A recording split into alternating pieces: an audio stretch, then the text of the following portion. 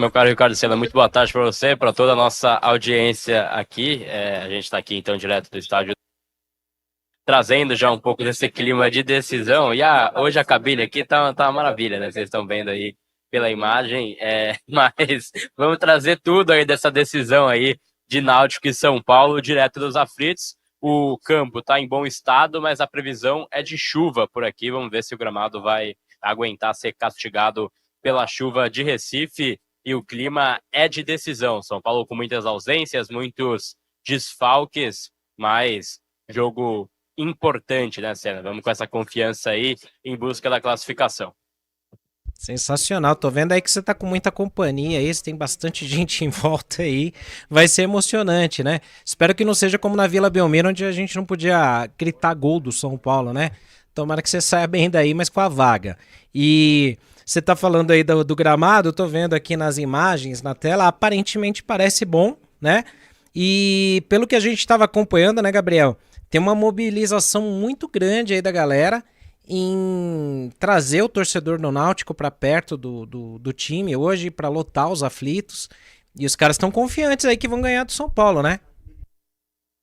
Exato, Senna. Confiança, assim, a gente até comentava ontem na live do Extra T que eles estão certos, né, de terem confiança. Cá entre nós estão corretos porque foi apenas, entre aspas, 2-1 no jogo de ida, então conseguiram voltar vivos, né, para Pernambuco, que é o que eles queriam tanto no Morumbis. Então é um jogo que tende a ser bastante equilibrado, tende a ser uma partida difícil, não é jogo fácil por ser time de Série C. Acho que o São Paulo tem que entrar muito ligado, tem que entrar ligeiro mesmo e ter esse pensamento, Senna, de que não é um jogo tranquilo, o São Paulo não está já classificado e tem muitas ausências também, mas obviamente isso não tira o fator obrigação, né, que a gente comentava por aqui. O São Paulo tem plena obrigação de sair classificado e, claro, conseguir essa vaga, não só pelo aspecto futebolístico da coisa, que é também muito importante, mas o aspecto financeiro é o ponto principal, né? A Copa do Brasil paga bem quando você vai avançando de fase, então é muito importante o São Paulo ir passando e hoje conseguir essa vaga aqui diante da equipe do Náutico. E aí, só para passar também a informação para vocês do estádio, né? Expectativa é de casa cheia, então ingressos esgotados em quase todos os setores, né, destinados à torcida do Náutico, e tem bastante São Paulino que ou já veio ou está vindo aqui para os aflitos, principalmente da Paraíba, cara. Tem muito torcedor de São Paulo na Paraíba, não é tão longe assim, né? A gente viu aí pelo menos umas 2, 3 caravanas aí de torcedores vindo da Paraíba para apoiar o São Paulo diante do Náutico, fora ontem no hotel, os torcedores já conseguiram também tirar aquela foto, então sempre aquele clima importante e, claro, mobiliza a cidade também como um todo, Senna. Cara, tem muito São Paulino no Nordeste, né? Bastante mesmo. Tem alguns estados onde a torcida do São Paulo ela só perde talvez em número para do Flamengo, né? Alagoas, Pernambuco, né? E a gente vê aí a galera tendo a chance de acompanhar o São Paulo de perto, né? São Paulo vai jogar, claro, pelo Brasileirão em Recife, ainda com o esporte, mas é uma chance a mais de ver o time do coração tão perto, né? E a Copa do Brasil é legal por isso, né? Possibilita aí que o São Paulo possa jogar em alguns lugares que há muito tempo não visita, né? Não é o caso de Recife, né? Mas ano passado em Belém, né? Teve outros tempos aí, jogou em outras localidades aí do Nordeste, então é sempre muito importante aí para o torcedor São Paulino poder ver de perto, né? E essa vaga, claro, ela é importante por vários fatores, né? Claro que o São Paulo tenta um título novamente, um segundo título da Copa do Brasil. O jogo de hoje, né? Ele dá uma vaga para as oitavas de final da competição, mas também tem um aspecto financeiro. São quase 4 milhões de reais que caem na conta do São Paulo caso o tricolor passe de fase hoje. Então o São Paulo joga por um empate. Claro que a gente quer que o São Paulo vença, né? Mas entra aí quase 4 milhões de reais, 3,6 milhões no Pix da CBF para o São Paulo se o tricolor vencer. Caso o Náutico vença por um gol de diferença, a decisão vai para os pênaltis. Não tem aquela regra do gol fora de casa, né? Isso aí já foi abolido. Então, São Paulo briga aí por pelo menos 2 resultados, né? Uma vitória simples ou mais elástica e um empate podem dar essa vaga para o São Paulo. Apesar de toda essa vantagem aí, mesmo que pequena, o São Paulo ele vai com força máxima. A previsão é que o São Paulo não poupe ninguém, a não ser os lesionados, né?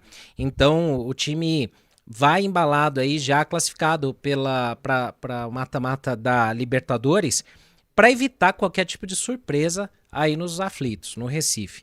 Então a gente tem aí, vamos discutir, claro, uma provável escalação do São Paulo, mas antes só mencionando os desfalques do Tricolor, já que voltou aí a aparecer para o São Paulo aquele fantasma das lesões. Então, Luiz Gustavo, Caleri, que você já sabe, né, que estão fora, Lucas Moura também, mas nos últimos dias aí apareceram os desfalques do Henrique, Carmo, Igor Vinícius ainda com lombalgia, Ferreirinha, que só deve voltar depois da pausa do Mundial de Clubes da FIFA, Marcos Antônio também fora, Luca, que torceu o tornozelo no último jogo, e o Rodriguinho também, que continua fora. Então, muitos desfalques, né, Gabriel? Se a gente olhar aqui, ó, só olhando por cima aqui, são 1, 2, 3, 4, 5, 6, 7, 8, 9 nomes que são do plantel fora da equipe e que poderiam, não sei se serem titulares absolutos, mas ajudar o time no decorrer daí de 3 competições. É muito desfalque para o São Paulo, né, Gabriel?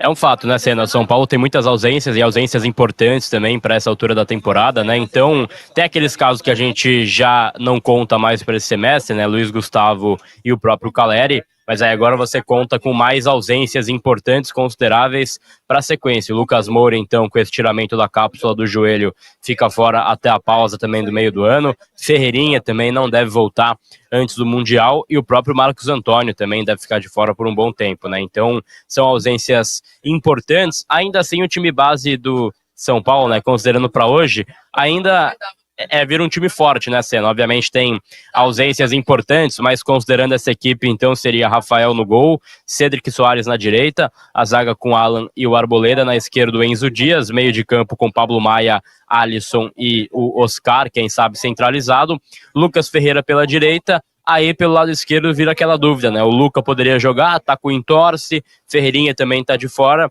teria o Luciano para jogar ao lado ali do André caindo pela ponta, como foi na última partida, e o André centroavante, né? Então seria esse o caminho mais ou menos que o São Paulo teria para escalar essa equipe. Tem também o próprio Damian Bobadilla, que poderia jogar, né? Quem sabe ele no lugar ali do Maia. O Maia ainda não tá bem fisicamente, eu não sinto o Maia 100%, né? Então, quem sabe poderia jogar com o Damian, mas é um time que vai esfacelando, né, muito com o seu DM. Tem muitos jogadores que ficam de fora e isso acaba tirando bastante o foco para a temporada muitas vezes, né? Exato, né, cara? Isso aí ferra qualquer planejamento, né? A gente pode debater aqui aspectos do trabalho do treinador, das escolhas e tudo mais. Mas são muitos desfalques. Isso aí quebra qualquer time. Ainda mais um elenco enxuto como é o do São Paulo, que ele foi muito programado para trabalhar assim no seu limite, né? O São Paulo tem 3 competições aí durante o ano. Agora para esse segundo semestre, né? Copa do Brasil, Libertadores e Brasileiro, que a gente espera que o São Paulo fique o máximo possível nas 3. E esse monte de desfalque aí, ele vai destruindo o time, né? Vai minando qualquer tipo de plano. Você vai ter suspensões, você vai ter momentos técnicos de jogadores que não vão estar tão bem, né, fisicamente ou até tecnicamente. E aí você começa a ficar sem opções no banco para trocar. Então isso preocupa bastante mesmo. É um ponto complicado. Você vai ter a lista dos relacionados para o jogo de hoje aí no chat, que a gente colocou aqui.